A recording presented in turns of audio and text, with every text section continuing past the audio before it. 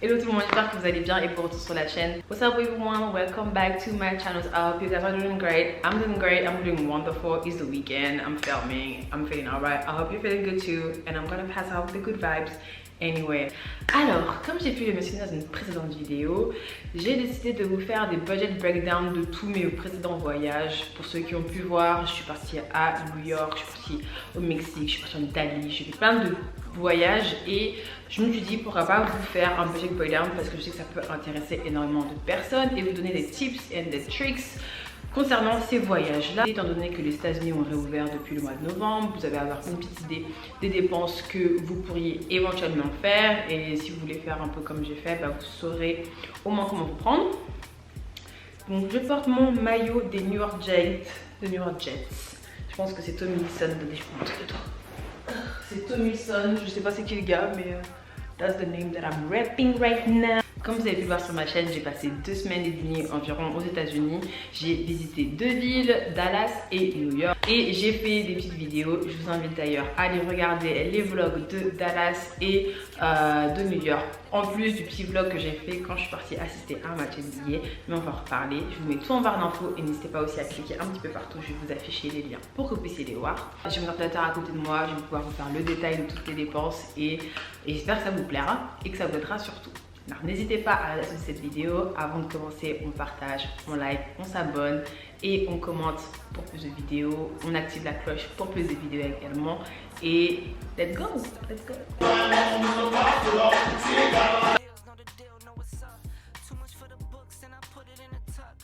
Je vais commencer par le plus court. J'ai commencé par Dallas, c'est là où j'ai passé le plus de temps. Je suis arrivée à Dallas au départ de Cancun. J'ai pris mon vol au départ de Cancun avec la compagnie American Airlines et au total, donc pour tous mes bagages plus le vol, l'aller simple m'aura coûté 110 €. Ce qui est pas si fou que ça étant donné que j'avais quand même pas mal de bagages et j'avais beaucoup de poids. J'avais 2 grosses valises, bagages main. Arrivé sur place, j'étais logée, donc forcément il y a énormément de frais qui n'ont pas été pris en compte. Mais je vais vous donner un petit peu des idées de ce qui a été dépensé pour les activités que j'ai pu réaliser. Je vais vraiment pas dépenser grand chose parce que j'étais en mode princess treatment. Ça faisait 10 ans que j'étais pas revenue. Enfin, ça fait quoi, 9 ans? Ça faisait 9 ans que j'étais pas revenue. Ça fait 9 ans que j'avais pas vu certains membres de ma famille. Donc j'étais leur bébé. J'étais le bébé. Je suis sortie, on m'a mis bien. Au niveau des transports, il y a très peu de transports en commun dans la région métropolitaine de Dallas. Dallas c'est énorme, je pense que c'est aussi grand, enfin le Texas c'est aussi grand que la France, si je ne me trompe pas. Enfin, c'est énorme, c'est énorme. Et il y a énormément de villes qui sont dispatchées et le transport en commun, c'est vraiment pas ça. C'est la même chose il y a 10 ans et je trouve qu'il y a 9 ans, enfin 10 ans après, il n'y a pas eu énormément de changements. Donc, il faut impérativement avoir une voiture, sachant qu'il fait hyper chaud l'été. Si vous voulez marcher, nous en tant qu'Européens, on marche beaucoup, on prend les transports en commun. À Dallas, c'est genre pas possible. c'est pas possible de le faire. Donc, enfin, c'est pas possible ou c'est possible, mais avec énormément de difficultés. J'ai pas vu énormément de trottoirs. Enfin, pour les villes en dehors du centre-ville, c'est assez compliqué de pouvoir marcher tranquillement. Il vous faudra une voiture. Malheureusement, j'ai pas les prix au niveau des voitures, des locations, mais je sais qu'il faudra une voiture. Donc, il faudra prendre en compte si vous voulez visiter le Texas et surtout Dallas. Au niveau des logements, si vous pouvez vivre dans différentes villes, il y a différentes grandes villes outre que Dallas même, donc downtown Dallas. J'ai regardé après les Airbnb, vous pouvez vous en sortir entre 120 et 150 € par nuit dans un Airbnb à Dallas, donc downtown, ce qui est vraiment pas mal. Après vous avez d'autres villes à côté comme Irving, Arlington, il y a la région de Fort Worth, DFW. Vers l'aéroport, vous avez aussi Frisco, ça c'est un coin que j'ai énormément apprécié. Nous étions au nord, donc on était assez loin, à 60 km du Texas, de Dallas pardon. Donc en termes de carburant, il fallait mettre énormément de carburant parce que comme j'ai pu le dire, très peu de transport en commun. Donc je pense que avec mon cousin, on mettait 1 à 2 pleins par semaine. Ouais, c'était énorme. Je sais pas exactement combien il dépensait, mais je lui ai demandé. On mettait beaucoup de carburant, donc il faudra prendre ça en compte. Les moments les plus fun que j'ai pu passer à Dallas, ça a été le shooting range. Je suis partie apprendre à... Je suis allée dans un stand de tir avec les garçons et nous étions 4. J'ai pu récupérer combien on a payé pour 4 personnes. Pour 4 personnes, nous avons déboursé, enfin, ils ont déboursé, parce que c'est pas moi qui l'ai pris, ils ont déboursé 168 $ pour nous 4, donc ça incluait la location des armes, les munitions et certaines autres fees. Ah si, pour le gros rafale là qu'on a pris, et c'était 10 $ de plus, donc franchement, pour 4 personnes, si vous divisez, ça reste quand même raisonnable pour manipuler des armes aussi importantes. On est parti en ville, nous avons profité pour boire un verre, aller manger. Je pense que quand on est parti boire à Styr, pour 3 personnes, on a eu pour 40 $ en termes de boisson. Donc ça veut dire que c'est 13 $ à peu près la boisson, ça reste correct. Je suis partie aussi au restaurant, mais je sais pas combien de garçons payer. Donc, mais voilà, ça reste raisonnable. En termes de prix, je pense qu'on peut avoir des prix similaires ici. Mais n'oubliez pas qu'aux États-Unis, ils ont ce système de tips, et ça, j'en ai fait des frais à New York. Vous allez devoir payer un pourcentage supplémentaire de votre addition pour le serveur, pour le pourboire, et ça, il faut le prendre en compte aussi quand vous préparez vos sorties au restaurant. Donc en soi, à Dallas, j'ai pas énormément dépensé, mais on va se focus maintenant sur New York represent. J'ai fait un aller-retour Dallas-New York pendant 4 jours. Je suis partie du lundi, je suis revenue le jeudi soir. 4 jours et 3 nuits. Et child, that was expensive. Really, really, pretty expensive. Donc voici le budget breakdown de New York. En partant de Dallas pour arriver à New York, j'ai pris la compagnie la plus ghetto de l'histoire, j'ai pris Spirit Airlines, et le vol aller-retour m'a coûté 216 $, ce qui est quand même énorme. De DFW Airport to New York, et j'ai même pas atterri à JFK, j'ai atterri à LaGuardia qui se trouve dans le Queens. Je sais même pas pourquoi j'ai atterri là-bas, cet aéroport il est trop nul pour le vol, et ça inclut aussi les 73 $ que j'ai dû payer pour mon petit bagage. Toujours au niveau du transport, entre LaGuardia et mon hôtel qui se trouvait à Manhattan, j'ai payé 50 $ de Uber. Ouf. 50 $ de Uber, pourquoi? C'était quoi? C'était même pas 20 km, c'était pas si long que ça, avait un peu de bouchon, mais c'est beaucoup. Et j'ai payé 20 $ aussi au retour pour rejoindre l'aéroport. J'avais pris le métro, donc je pense que c'est un truc à faire. Si vous pouvez vous rapprocher d'une rame de métro en Uber depuis l'aéroport, et après vous prenez votre métro jusqu'à l'hôtel, c'est pas mal, ce serait beaucoup moins cher. Je pense que j'aurais pu économiser 30 $ si j'avais pris ce choix là, mais il is what it is, je ne savais pas comment faire. Bref, 50 $ qui sont partis dans le vent. Au niveau du transport, à chaque fois que je voulais prendre le métro, j'avais pris initialement un ticket de métro, enfin une carte de métro avec rechargeable avec peut-être 10 $, mais ça suffisait pas. Donc à chaque fois, j'utilisais mon téléphone et ma carte pour valider mon ticket, et le passage coûtait environ 2 $ et 75 centimes. Donc étant donné que j'ai fait plusieurs allers-retours, j'ai dépensé au total au niveau du transport en commun pour 3 jours 23 et quelques $.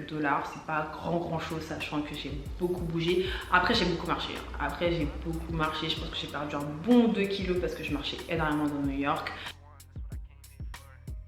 J'ai logé durant ces 4 jours au Row NYC Hotel, qui est un hôtel se trouvant donc sur l'île principale de Manhattan, et nous étions à environ 300 mètres de Times Square. Donc j'ai vraiment pris le centre du centre. Pour cette année que j'ai passé au Row NYC, j'ai déboursé 377 $ et combien de centimes soyons précis, 377 $ et 95 centimes pour 3 nuits d'hôtel. Bon, ça reste correct dans le sens où ça fait à peu près 100 $ la nuit. Environ, un peu plus de 100 $ la nuit. Mais quand même, that's a lot of money. Parce que l'hôtel, il était ok, mais c'était pas forcément, c'était pas très grand, c'était pas ça quoi. Et je pense qu'il rentabilise, je pense qu'il était pas très cher parce qu'il y a énormément de chambres. Je crois qu'il y avait une trentaine d'étages, même une trentaine, une cinquantaine d'étages, donc énormément de petites chambres, donc facile à rentabiliser. Bref, 176 $ pour le logement. Au niveau de la nourriture, je me suis pas vraiment lâchée. Je pense que j'aurais pu le faire, mais j'avais tellement de choses à voir et si peu de temps que je mangeais souvent des Chick-fil-A ou une petite barre de pizza, etc. Je suis partie manger une fois au restaurant pour prendre un petit brunch, et au total, j'ai dépensé sur ces 3-4 jours-là Ouais, 3-4 jours là, j'ai dépensé 107 $ en nourriture, ce qui est à peu près, je sais pas, c'est un peu 90 et quelques euros.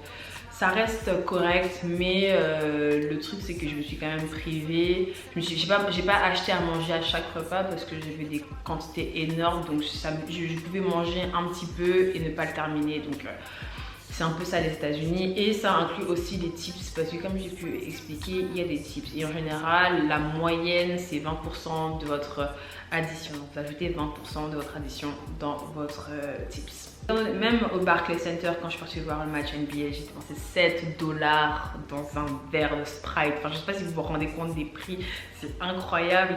Et même Chick-fil-A, c'est un fast-food qui fait des sandwichs au poulet. Et dépenser 15 $, soit 13 € pour une boisson, un sandwich et des frites, c'est de la folie parce que même à McDo ici on ne paye pas autant. Donc je comprends pourquoi les Américains ont des salaires énormes parce que 13 $ pour un menu tout simple, même si c'est pas un grand menu, bah c'était beaucoup d'argent. J'ai déjà parlé dans ma précédente vidéo sur le Mexique, mais si vous voyagez aux États-Unis, regardez quand même vos abonnements téléphoniques, regardez si vos opérateurs vous permettent de communiquer internet, téléphone sans problème, sans frais, parce que moi c'était pas le cas et je voulais pas spécialement avoir une énième surprise après la surprise mexicaine, je voulais pas. Donc j'ai pris une carte SIM AT&T parce que voilà, je suis toute seule et j'ai besoin d'internet, j'ai besoin d'être contactée, d'être contactable, ça se dit, mais j'ai besoin qu'on puisse me joindre étant donné que j'étais toute seule. Donc j'ai pris une SIM chez T-Mobile et dans cette SIM là j'avais environ 10 gigas, ce qui est très peu. Donc ces 10 gigas, je les ai payés 50 $. Vous vous rendez compte, 50 $ pour 10 gigas d'internet, je sais pas c'est quoi le problème dans ce pays. Je sais pas c'est quoi, mais c'est ridicule. Ici chez Big on est là à 80 gigas pour 10 €. Enfin c'est... Alors là, au niveau d'activité, je pense que j'en ai eu pour à peu près 200 et quelques $. Pourquoi? Parce que la première chose que j'ai fait, et la dépense la plus importante, c'est d'assister à un match de NBA. J'ai assisté au match des Nets versus le Miami Heat pour la saison en cours. D'ailleurs, le Miami Heat est en finale de conférence. Très important, j'ai appris ça ce matin. J'ai décidé d'aller au Barclays Center et du Barclays Center, la place, je l'avais réservée en ligne. La place que j'ai racheté un certain Guillermo m'a coûté 130 $, ce qui est plutôt pas mal, surtout là où j'étais placée et pour un match d'une telle envergure. Enfin, les Nets à domicile, ça coûte forcément cher. Et vous pouvez trouver des places NBA beaucoup moins chères. Vous pouvez en trouver pour une vingtaine de dollars, une trentaine de dollars. Vous êtes assis tout le temps, oh là là, être assis loin, donc vous n'allez pas forcément tout voir, et puis bref, c'est à vous de voir, chaque place a un prix unique, vous faites comme vous voulez. Ensuite j'ai visité l'Empire State Building et j'ai déboursé 42 $ pour y entrer, ce qui représente à peu près 37 €. Je sais qu'il existe des passes pour les touristes si vous voulez visiter certains sites touristiques comme la Statue de la Liberté ou l'Empire State Building et autre chose. Enfin, il y a des passes et je sais que si vous prenez ce pass là qui coûte un peu plus cher, bah au final pour chacune des attractions ça vous rendra moins cher. Mais moi comme je n'avais pas prévu de partir à l'Empire State Building, j'ai payé 42 $ et puis désolé Lisa, j'ai payé et je suis pas en blanc. Mon séjour à New York, donc pour 4 jours et 3 nuits, m'aura coûté 1018 $ et 31 centimes. Avant que je parte, je peux pas m'oublier de vous dire mon billet de retour pour Paris. Donc quand j'ai quitté le Texas, j'ai fait Dallas, New York, Paris et ça m'a coûté une blinde. Laisse-moi retrouver les facts parce qu'en fait c'était trop n'importe quoi tellement c'était choquant. Aujourd'hui j'en tremble. J'en tremble. Frontier Airlines. J'ai pris Air Caraïbes French Bees, qui est une filiale d'Air Caraïbes, je crois. Bref, le billet pour rentrer chez moi m'a coûté 382 $. Ça incluait aussi un bagage. Mais, parce que votre copine avait trop fait de shopping et j'avais quelques kilos en plus, j'ai dû dépenser environ 200 et quelques $ de frais en plus pour les 2 vols. Donc, du coup, ouais, j'ai pas beaucoup d'argent pour pouvoir payer, en fait j'ai payé mon surplus de bagages. Donc au total si je fais mon calcul, ouais je pense que c'est un bon, oh c'est beaucoup d'argent, damn. Je pense que j'ai dépensé un bon 1500-1600 € pour mon séjour aux États-Unis, incluant les billets, le logement et tout. Mais bon, 1200 € pour 2 semaines avec tout ce que j'ai pu faire, ça reste correct.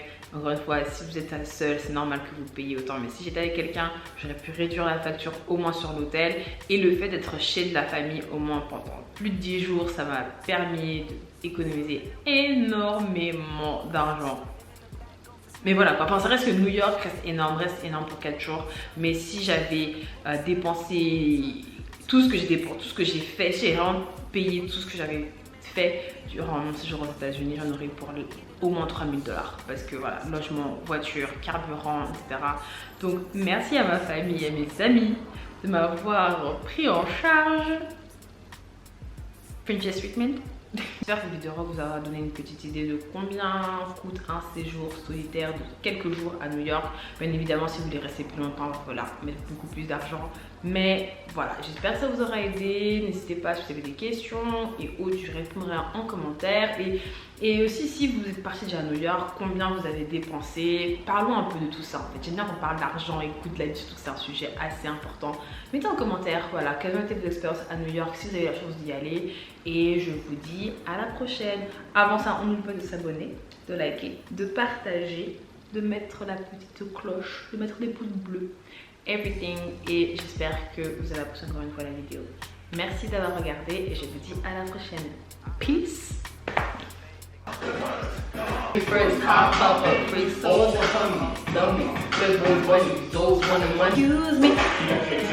what's your name?